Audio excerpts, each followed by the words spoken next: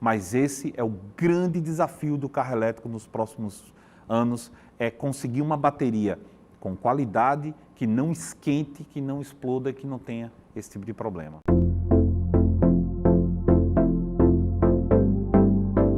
De volta com o nosso Band Entrevista, eu já recebo aqui na nossa bancada, agora presencialmente, Roberto Coisa James. boa. Bom dia, seja bem-vindo.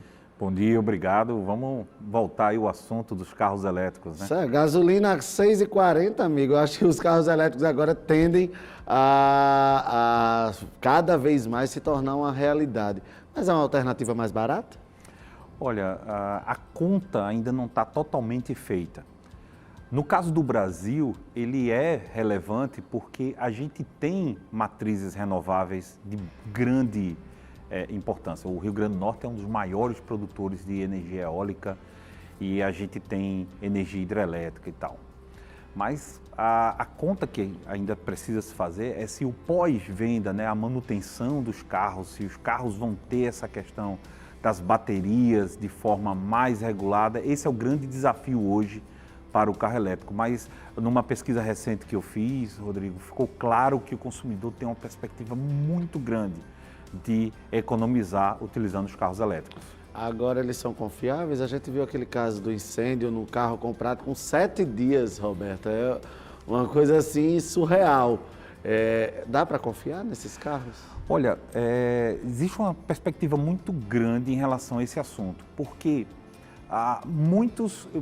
Ao pesquisar esse assunto, você pode verificar na internet que já aconteceram diversos casos de carros pegarem fogo por causa do esquente da bateria. Isso é comum também em celulares, de vez em quando você escuta aí uma história ou vê algum vídeo de alguém que teve o celular que explodiu ou que pegou fogo.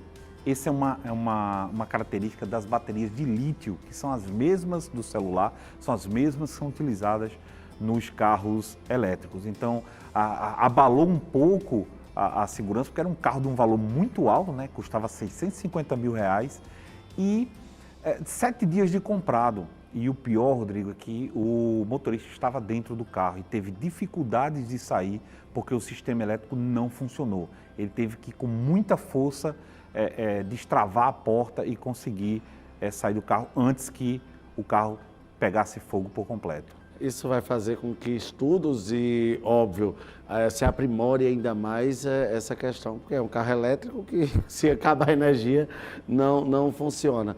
Mas ele está longe de se tornar ainda um artigo popular, como é o automóvel hoje no Brasil. Pois é. Aqui no Brasil, o que as montadoras têm feito? Elas têm buscado alternativas com carros mais caros, porque a linha de montagem ainda é demorada. Então, eles pegam carros de luxo. Quem mora aqui em Natal, vai num restaurante, no shopping, em alguns lugares, você já encontra os carregadores que são patrocinados pelas montadoras, junto com a concessionária local daqui de Natal, para possibilitar o carregamento dos veículos híbridos. O que é o veículo híbrido? É um veículo que funciona a gasolina, funciona a diesel, funciona a etanol, mas também tem um motor secundário e uma bateria, e aí você já vai se acostumando com essa ideia.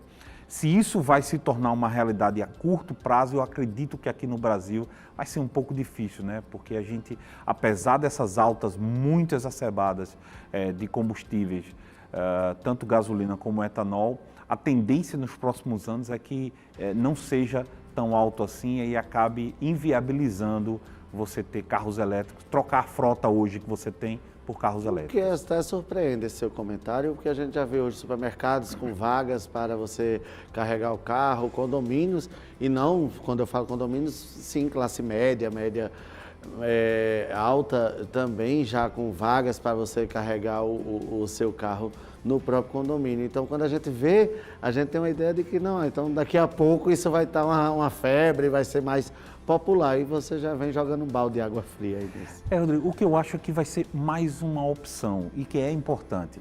A cidade de São Paulo, por exemplo, ela tem uma lei municipal agora que obriga todos os novos empreendimentos a terem vagas para carregamento de carros elétricos.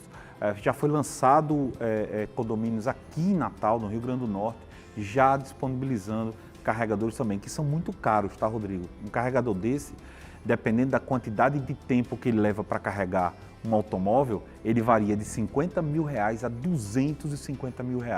Então, é um valor muito alto ainda para a acessibilidade comum, né, de a pessoa chegar e dizer, tá, eu vou comprar um carro elétrico, vou comprar um carregador, porque você não pode simplesmente carregar em qualquer tomada. Um cliente me ligou e falou, olha, aquelas tomadas de frigorífico servem? Falou, não, é um carregador específico. Ou seja, para os além de veículos. comprar o carro, você ainda tem que ter esse equipamento para carregar o carro. Se você quiser carregar na sua casa, sim, você vai ter que ter esse equipamento. Há algumas companhias energéticas, como aqui do Nordeste, tem uma companhia energética que está fazendo um corredor de carregamentos. Parnamirim tem um posto de combustíveis, o posto Pichilau, Ronaldão, lá na entrada de Parnamirim, que vai ter 3 carregadores, com 2 vagas, 3 carregadores, porque existem outros modelos de carga, que vai disponibilizar gratuitamente, ou seja, as pessoas estão tentando providenciar um mercado, ou seja, uma possibilidade do mercado para que seja mais atrativo, para que as pessoas possam ter esse carro elétrico. Ou Mas seja, não é aquele carro que você vai chegar e vai colocar numa extensão e uma tomada e sair por aí. E termina que é um custo que você vai ter que pagar por essa carga. Se a gente for analisar, você vai estar trocando aí o combustível, mas vai ter que pagar ou num posto ou onde for para carregar. Exato. O que vai tornar viável num condomínio, vai tornar viável os ambientes que você frequenta, se tiverem esse carregador, vai tornar para você viável a possibilidade de ter um carro elétrico. Já em casa já vai ser um pouco mais complicado, né? Inclusive essa lei de São Paulo, ela deixa bem claro, Rodrigo, que o condomínio ele vai poder cobrar por essa energia elétrica. E assim, se você vai para países como a Europa, por exemplo, Portugal, recentemente, um colega meu estava lá, me mandou um monte de fotos, um monte de vídeos, e mostra que nos shoppings eles já estão cobrando, em vários locais dos centros comerciais, eles cobram lá questão de 1 ou 2 centavos de euro por quilowatt-hora, o que não é um valor assim muito alto se você for comparar com a gasolina e o diesel lá na Europa, que é muito mais caro do que aqui. É surpreendente, a gente está descobrindo coisas que a gente imagina quando fala em carro elétrico, que é a praticidade, mas não vai ser tão prático. Agora, como a gente fala muito em oportunidades, se também as empresas, principalmente o setor de comércio, tiver uma visão, ela começa a ter esses carregadores para atrair esses clientes a irem ao seu comércio, aos seus estabelecimentos, pelo simples fato de ter o serviço de carregamento do seu carro. Você imagina a vantagem que é para um shopping, por exemplo, Rodrigo, porque você acaba atraindo esse tipo de consumidor e o consumidor tem que ficar lá 1, 2, 3 horas. Então o consumidor já vai programar, eu vou assistir um filme, eu vou almoçar, eu vou com muita calma, muito devagar, porque meu carro está lá no estacionamento carregando.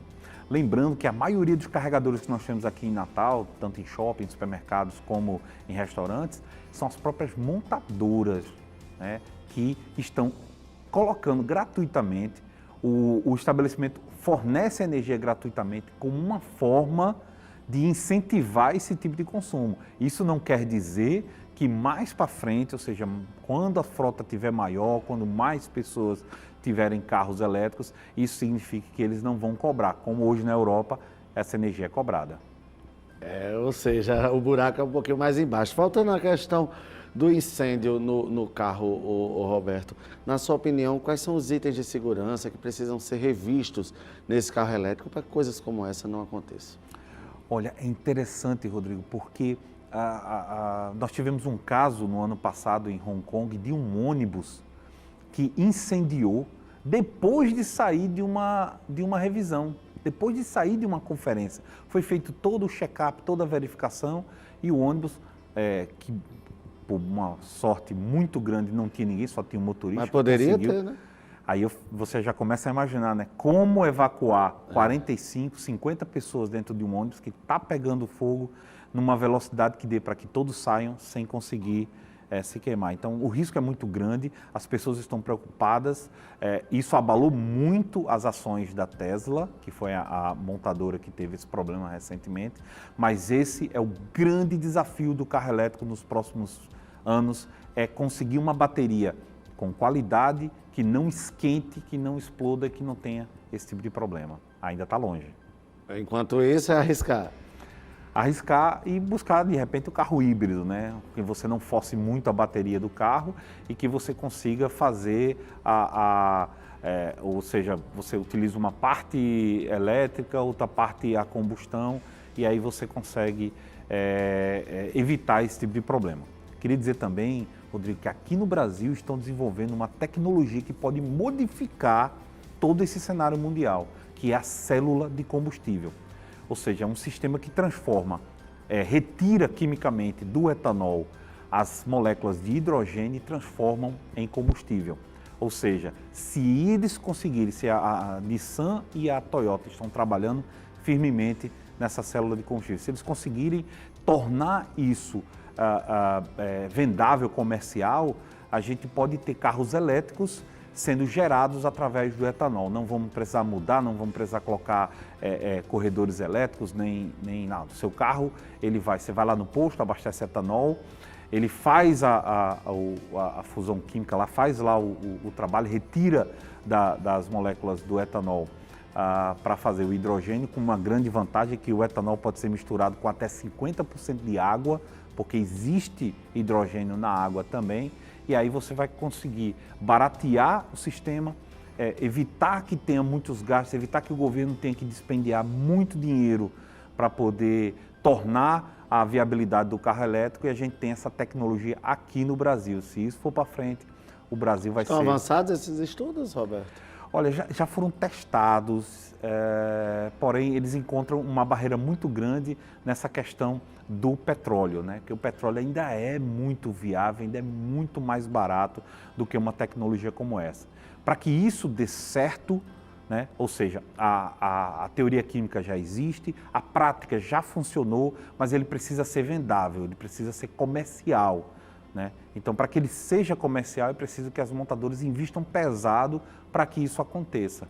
Enquanto o petróleo for tão viável como ele está sendo ainda, né? Ou seja, de um barril de petróleo você consegue tirar diversos subprodutos, você consegue aproveitar ele ao máximo, tecnologias como essa vão esperar um pouquinho, mas é bom saber que aqui no Brasil a gente está desenvolvendo tecnologia importante como essa. E que a gente precisa, porque com a gasolina nesse preço, Roberto, tá difícil, viu? Já pensou colocar água no seu carro e sair Pegar a dirigindo? mangueirinha ali do jardim e deixar ali abastecendo o carro e sair.